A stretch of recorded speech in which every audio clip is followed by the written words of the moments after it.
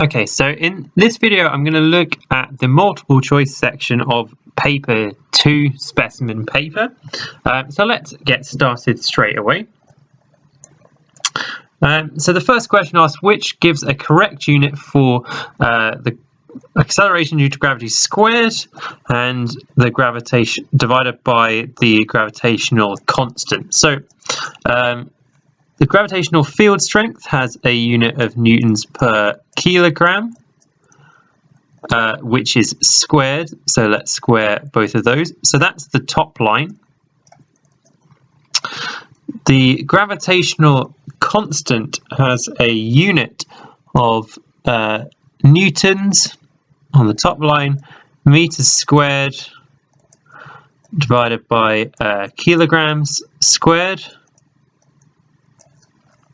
There, and you can see that on your formula sheet, or just think about your radial fields equation. So you can see these two parts cancel out, this cancels with this, and you end up with newtons per meter squared, or nm to the minus 2, which is option D.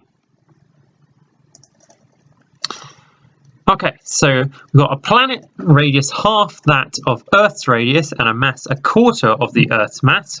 What is the gravitational field strength? So let's say the field strength of Earth is going to be, I'm just going to use general notation, gm over r squared. And the new field strength, you can have the same gravitational constant, and it says mass a quarter of the Earth, so we're going to replace that by m over 4, and it says radius half, so we're going to have r over 2 squared, and what you should notice is this is just going to end up as gm over r squared, because obviously half squared gives you a quarter, so we end up with exactly the same, so it's going to be roughly 10 newtons per kilogram. Okay, so we've got two stars, m and both mass m and 4m, and the distance between their centers is d, and it says a distance y from m, the field strength is 0.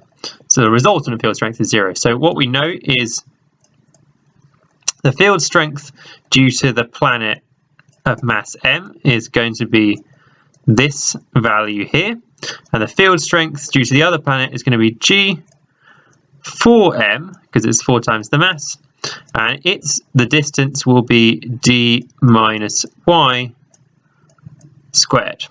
There. So what we can do is we can cancel g and m from both sides.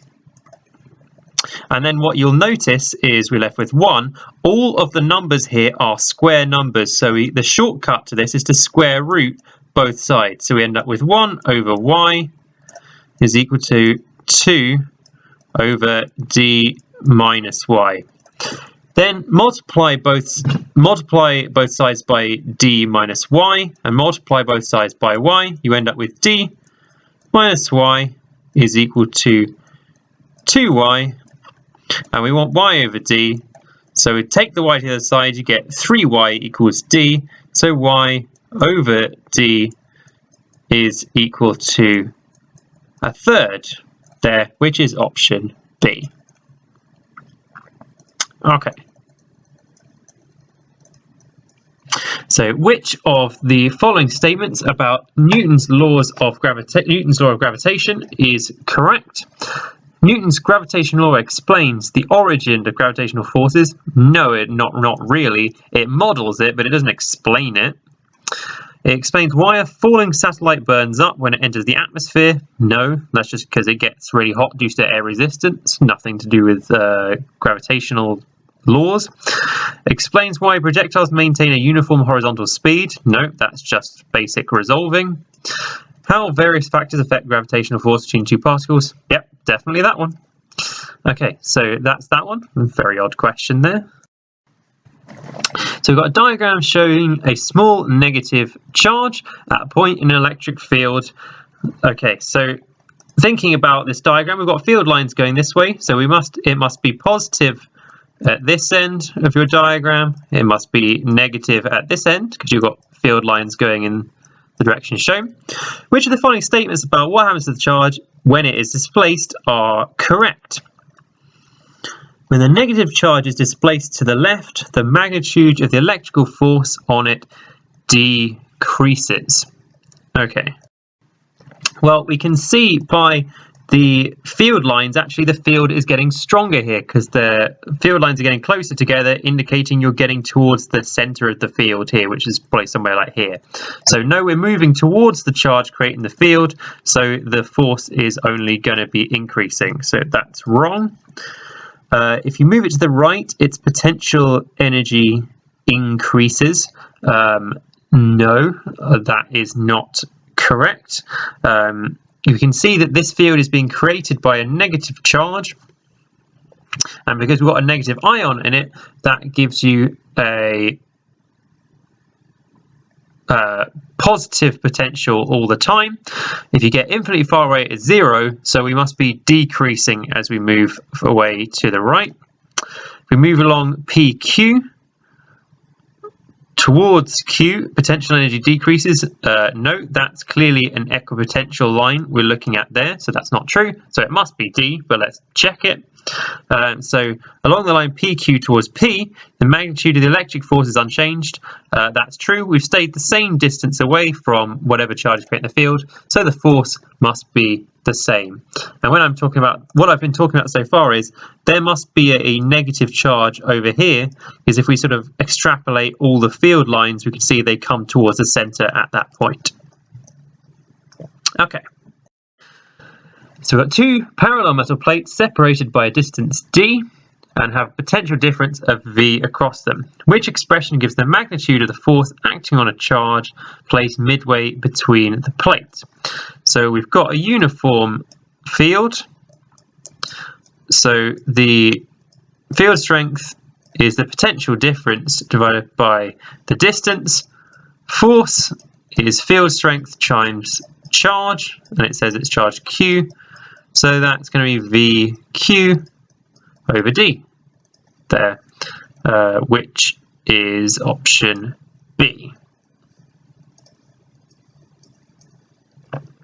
So if we zoom out slightly so we can see the whole question, the diagram shows the path of an alpha particle deflected by a nucleus of an atom. So we can see it's coming in this way towards the nucleus, but is deflected before it can get to it.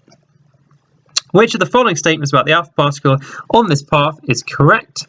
Its acceleration is 0 at p. No. When it's reaching p, it will be experiencing its maximum force from the nucleus and therefore its maximum acceleration. So that's nonsense. Its component of velocity in the let's give these two names directions. So let's call that the x direction and this the y direction. At point P, its component of velocity in the x direction is 0, because you can see it's gone from going to the right to the left. Kinetic energy is greatest at P. No, it's going to be at its minimum. Its y component of velocity is not really going to change very much, but it's going to be maximum where it starts. Potential energy is least at P. No, it's maximized at P because it's closest to the nucleus. They're both positively charged, so the closer you get, the more highly positive the potential energy. Its speed is least at P, yes, because the x component is 0 and it's the smallest it's going to be. Okay, so that's that one. Okay, so we've got electric potential of 45 volts at a distance r and 50 volts when we decrease r by 1.5. What is r? So first, electric potential, let's think about the equation for that. I'm just going to represent the 4 pi E0 as a constant. It's like this. And we know that the charge is the same for both of them, charge creating the field. So essentially what we can do is say V1 R1 is equal to V2 R2. There.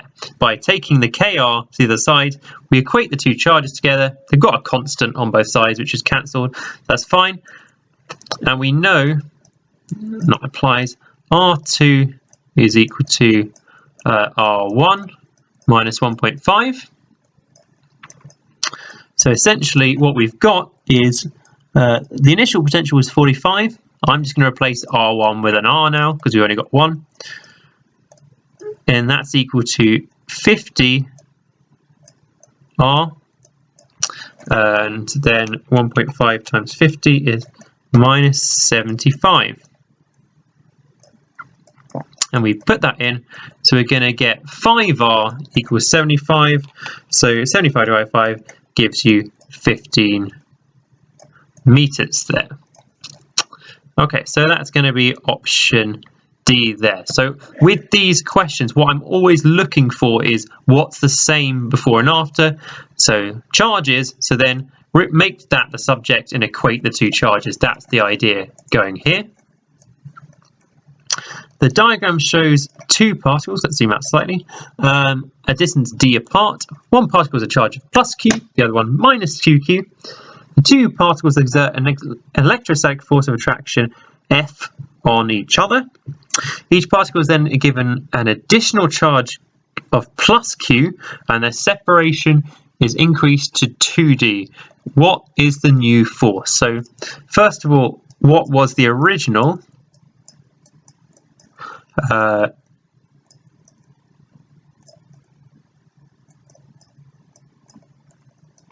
Squared, and I'm just going to represent again like I did before. The 4 pi E0 is a constant, and they said they were initially d, so that's what we've got now.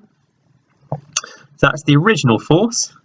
The new force, so it says both charges are increased by q, so the first charge becomes plus 2q, the second charge becomes just minus q, so we're going to end up with still minus 2q squared there. So the charge actually ends up staying the same overall. Still got a constant, and now we've got 2d squared. So we're actually going to end up with the same expression but with a 4 on the bottom line. So essentially that's just F1 divided by 4. So the original force divided by 4, which is option it's going to be option A because it's negative, so it's an attractive force. 16. Which one of the following statements about a parallel plate capacitor is incorrect? The capacitance of a capacitor is the amount of charge stored by the capacitor when the potential difference is 1 volt. That is a correct statement. A uniform electric field exists between the plates of a capacitor. That's true. The charge stored on the capacitor is inversely proportional to the PD across the plates. No, that's not true because Q is directly proportional to V. The energy stored when a capacitor is fully charged is proportional to the square of the PD because, yeah, E is half CV squared. That's true. So the answer is C. A voltage sensor and data logger are used to record the discharge of a 10 millifarad capacitor in series with a 500 ohm resistor for an initial potential difference of 6 volts. We're using a data logger that can take 1000 readings in 10 seconds. So we can calculate how many readings it does per second.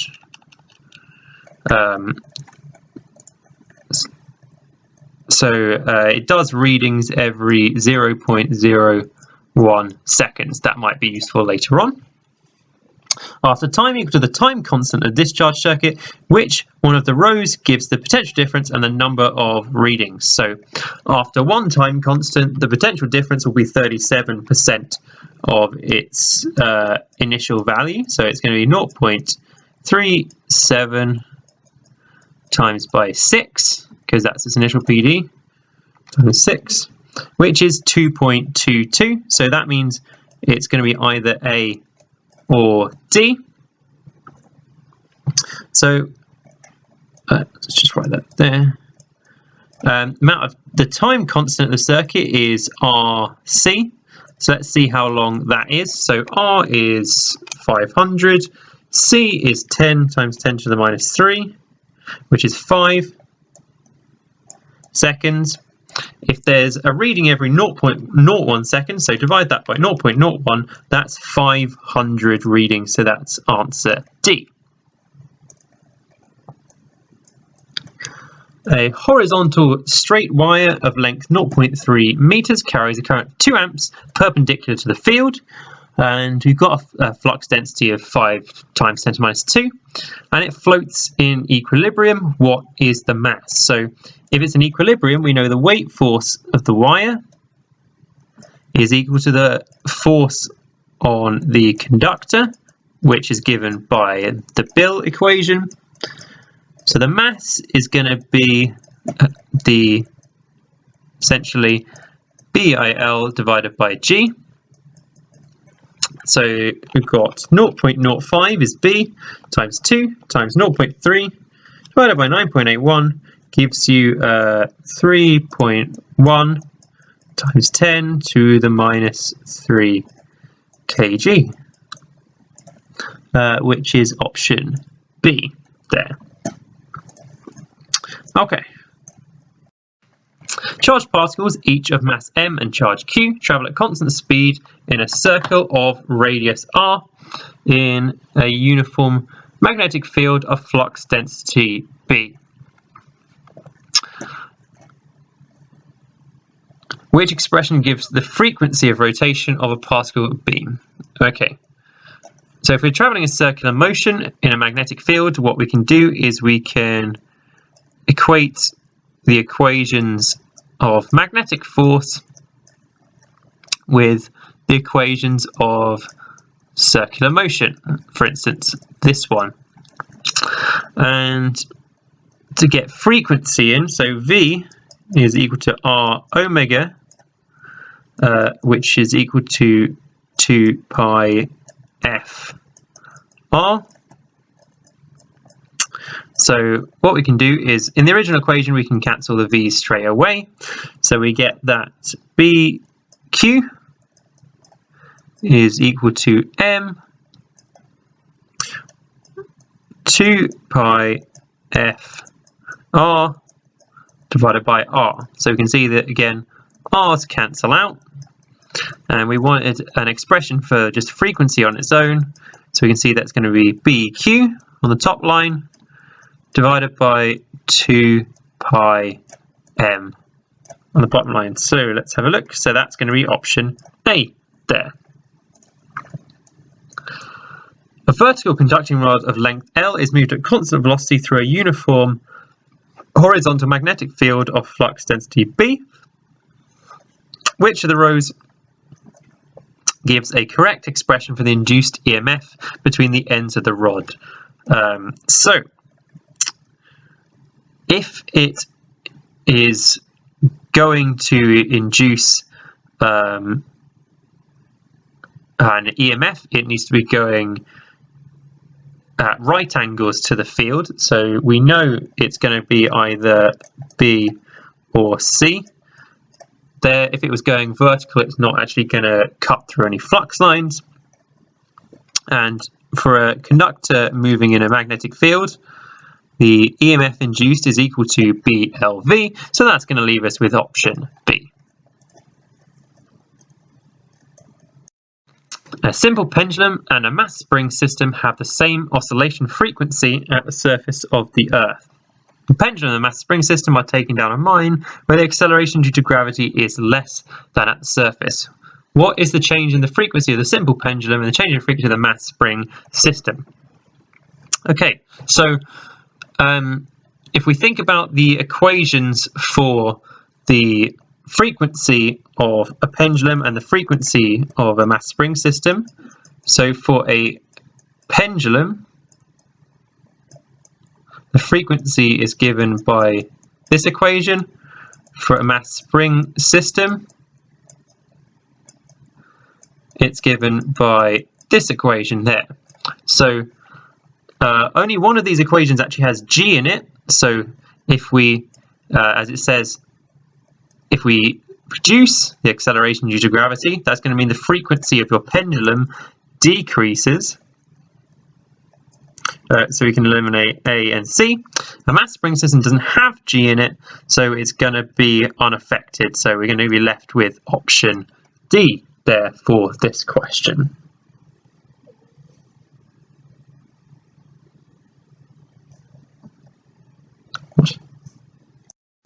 I've noticed that the mark scheme for this question says the answer is C, but I don't understand where they have got that from, to be quite honest with you. I'm pretty sure the answer is D here, so be a little bit careful there. Next question says, the graph shows how the flux linkage through the coil changes when the coil is moved in a magnetic field. The EMF induced in the coil. So to start with, the flux linkage is changing at a constant rate, so a constant EMF is induced. Then the flux linkage isn't changing, so EMF should be 0. So at first it's constant and then becomes 0, so it's option C for 22. So liquid flows continuously through a chamber that contains an electric heater. When the steady state is reached, the liquid leaving the chamber is at a higher temperature than the liquid entering, so it's a heater. The difference in temperature is delta T. Which of the following will increase delta T with no other change? So how can we transfer more energy to the, for the same amount of energy, how can we increase the temperature of the thing? If we increase the flow rate, that would mean the same amount of heat was supplied to a bigger mass of water, so that's not going to work. Change into one with lower specific heat capacity, that would, because you get a greater temperature change for the same energy. Using a higher resistance element would give you a lower current and so a lower heating. Higher density would mean there's more mass to heat up, so the energy is spread between more mass, so that would actually decrease delta T. So the answer is B there. The temperature of a hot liquid in a container falls at a rate of 2 Kelvin per minute just before it begins to solidify. The temperature then remains steady for 20 minutes, by which time the liquid has all solidified. What is the quantity specific heat capacity of the liquid over the specific latent heat of fusion? Okay, so I guess the way to think through this, so the rate at which heat is being removed from the two scenarios is going to be the same. So in the first scenario, it's going to be equal to mc and then change in temperature per second there. So we know, and then in the second scenario, again, we're still going to have the same rate of heat transfer. We've got the same mass, but then we're just going to have L in there. So what we can do is we can equate these together. So mc delta T per second, actually this should be per second, is going to be equal to ml per second. So we can cancel out the m's.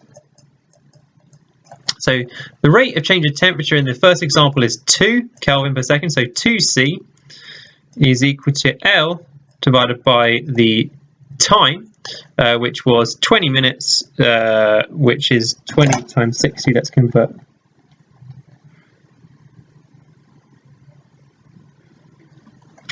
Actually, we can keep it in minutes because all of the times has been in minutes, so over 20. And we want the ratio of C over L is equal to 1 over 40 there. So that's going to be option A for question 24.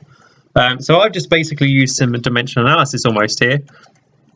So for both the cooling and for the solidifying, I've calculated the rate of exchange of energy with the surroundings, which is going to be the same.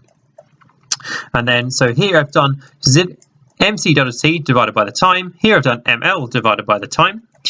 And then we cancelled the masses. In the first question, we've been given the rate of change of temperature with time anyway, so 2 Kelvin per minute. In the second one, we've been given the time, which is 20, so I've kept all the units in minutes, and that's how we've ended up with that answer there. Nice question. A fixed mass of gas occupies a volume V. The temperature of the gas increases, so the root mean square velocity of the gas is doubled. What will the new volume be if the pressure remains constant? So, first off, kinetic energy is directly proportional to the temperature. So if your root mean square velocity has doubled, that means your kinetic energy is times by 4. So that means your temperature has been times by 4. So if pressure remains constant, that means the pressure before and the pressure after are the same, which means that nRT1 over V1 is equal to N2RT2 over V2, because the pressure has remained the same. Okay, so we've still got a fixed amount of gas, so we know the same number of moles is the same before and after. The gas constant is obviously the same before and after. So we want to know the new volume, so we want V2, which is going to be T2 divided by T1 times by V1. And we said the new temperature must be 4 times because we've doubled the velocity. So it's essentially 4 times the initial velocity, and that's going to be option D there. Okay, so we've got 2 gas bottles connected by a tube that has negligible volume. We've got 2 different conditions in those bottles, and we're going to then open the valve so we mix the 2 to reach an equilibrium system when the temperature stays the same throughout. So looking at the system on the left, using the ideal gas equation, we've got 2PV over number of moles in there times T. And using on the right hand system, temperature is going to be again 2PV. We just exchange whether the 2's with the P or the V over N2T. And in the final system, we're going to have a total volume of 3V. So we don't know what the pressure is. We're going to have a volume of 3V because it's the sum of the volumes, and divide that by N3. Why am I putting T's? These should all be R's. What a melon. Those are R's. So we've got 3 expressions for the temperature, all of which are the same. Now we also know that N3 is going to be equal to N1 plus N2 there. Okay, so that's my starting point. Okay, so if we add N1 and N2 together, so I'm going to rearrange these 2 equations to make N1 and N2 the subject and add them together, we're going to end up with 4PV over RT is N1 plus N2, and that's got to be equal to P2 3V over RT. So all I did there was rearrange these 3 equations to make N1, N2, and N3 the subject, respectively. And then I added the first 2 together to get this expression here, and then this one is just the rearranged third one. So let's look at what we can cancel out. So we can cancel out V's, cancel out T's, cancel out R's. So you end up with P2 is 4 over 3 the original P there, which is option C for the answer. Okay. So we've got a radioactive nucleus emitting a beta minus particle, and then an alpha particle and another beta minus. The final nuclide so let's have a think about what's happened. So during beta minus, you've increased the proton number by 1, which has happened twice. So we've increased the proton number by 2, and then we've decreased the proton number by 2. So we've got the same number of protons, so it will be an isotope of the element. That is correct. Same element with a different proton number, that's impossible. You can't be a same element with a different proton number. A new element of higher proton number, no proton number stayed the same, and so we can eliminate those, leaving us with A. Which of the following best describes the decay constant for a radioactive isotope? The reciprocal of the half-life? Not quite, it's ln2 over the half-life. The rate of decay of the isotope? No, that's not true. The constant of proportionality, which links half-life to the rate of decay? No, that's not true. The constant of proportionality that links the rate of decay to the number of undecayed nuclei, that's true, because essentially what you have is this expression here, so that is entirely accurate. Which of the following is equal to the radius of a nucleus of this element of the radius nucleus, this one? So we're going to be using the fact that with this equation here, a to the third, so that ratio is going to be essentially R0 over the cube root of 125, which is 5, over R0 cube root of 64, which is 4. And that 5 over 4 is 1.25, so that's option B. After 64 days, the activity of a radioactive nuclide has fallen to 1/16 of its original value. So the half-life is what? So 1/16 is a half to the power of 4. So 4 half-lives have passed in 64 days. So then one half-life is just going to be 16 days there. So option D. The graph shows how the binding energy per nucleon varies with the nucleon number for stable nuclei. What is the approximate total binding energy for a nucleus of 18474? So 184 is around 8, I would say 8 megavolts per nucleon. So 184 times 8. And then that's in mega electron volts, so times 1.6 times 10 to the minus 13. That's now in joules. Pico, so that comes out as 2 times 10 to the minus 10. Pico is minus 12, so that's like 200 times 10 to the minus 10, 12 even, so that's going to be option D for this one. So how I did that, so the binding energy per nucleon when nucleon number is 184 is, I reckon, 8 mega electron volts. So the whole binding energy is going to be the number of nucleons times by that value, so 184. And then what you need to do is then turn mega electron volts into joules, and you come up with this, remembering a pico is 10 to the minus 12.